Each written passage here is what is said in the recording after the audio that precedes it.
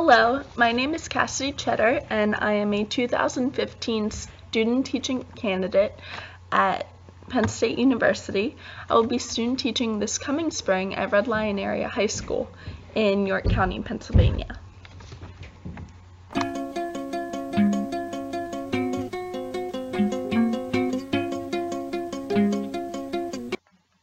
In our classrooms, we're going to have learners with different learning styles, aptitudes, previous experience, and goals.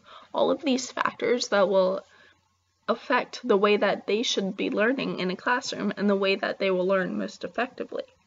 In addition, they're going to have different needs. Some will have different long-term goals or interests, and these will all play into what they should be learning in the classroom. Because of this, we have individualized teaching techniques. These teaching techniques help students to have a more individualized experience within the classroom. They can pursue those goals and learn about something deeper, or they can learn it in a different way. Students will have more involvement in gathering information and have more control over their learning. In addition, they'll learn to learn independently. They won't be just gathering information from the teacher. They'll be able to go through, sort through information after finding it, evaluate what they're learning, people's opinions, all of these things that are transferable skills.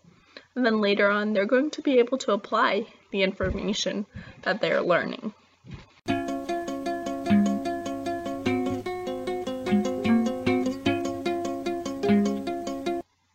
Even though students are the ones controlling their learning in a supervised study, we as teachers still need to plan how this technique will work. We need to start by identifying objectives. They need to be achievable through supervised study. They can't be so out of reach that the student will never be able to learn them by themselves. Usually these are either cognitive or affective. Psychomotor skills are sometimes able to be learned this way, but it's a little bit different. We also need to include an interest approach and felt need. Students need to be driven somehow to learn. We can't just put these problems in front of them and expect them to think that, hey, this is important. We need to show them why it's important. We also need to make technical decisions about how the supervised study will be laid out.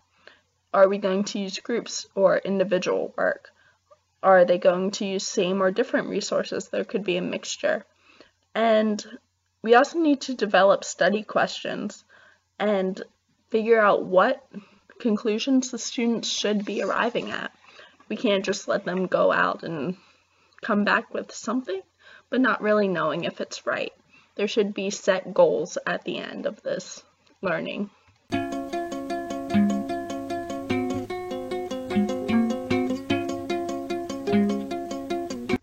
While students are working on their supervised study, it's a great time for the teacher to work with students individually.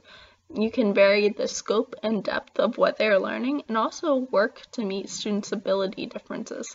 Everyone's going to be learning differently, so you can actually tailor how you're teaching to each student.